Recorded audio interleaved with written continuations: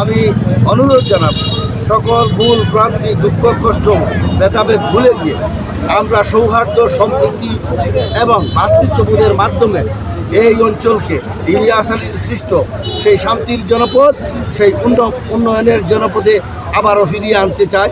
সেজন্য সকলের দোয়া, ভালোবাসা এবং সহযোগিতা কামনা করছি। সবাই ঐতিহ্যবাহী গোয়ালাবাজার বাজারে আমরা যে ইলিয়াস আলী সাহেব যে উন্নয়ন করেছে, ব্যাপক উন্নয়ন করেছে, এই উন্নয়নের ধারাকে আমরা কন্টিনিউ করবার জন্য, সেই উন্নয়নকে আরও বেগবান করবার জন্য আমরা ওসমানীনগর, বিশ্বনাথ, সমগ্র সিলেট বিএনপি আমরা সকলে ঐক্যবদ্ধ। ইলিয়াস আলী সাহেবের স্বার্থে, দেশের স্বার্থে, তারেক রহমানের স্বার্থে, জনগণের স্বার্থে আজকে এখানে ওসমানীনগরের অনেক প্রধান নেতারা আমার সাথে আছে।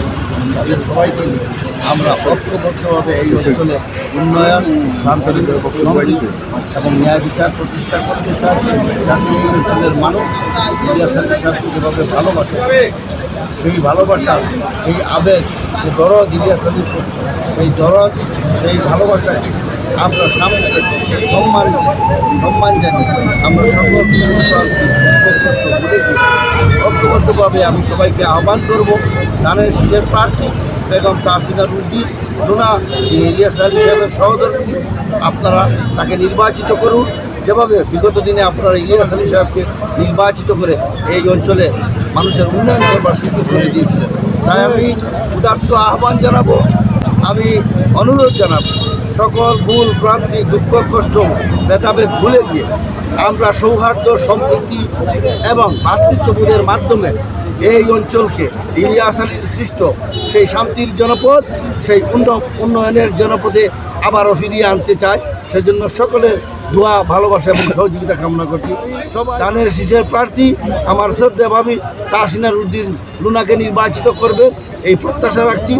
আপনাদের মূল্যবান রায় নিয়ে মনে করবেন যে আপনারা তাহসিনা রুদ্দিন লুনাকে নির্বাচিত করছেন না, আপনারা নির্বাচিত করছেন আপনাদের প্রাণের পুরুষ, আপনাদের প্রাণ পুরুষ জনাব ইলিয়াস আলী, যাকে আপনারা মনে প্রাণে সকলেই ভালোবাসেন।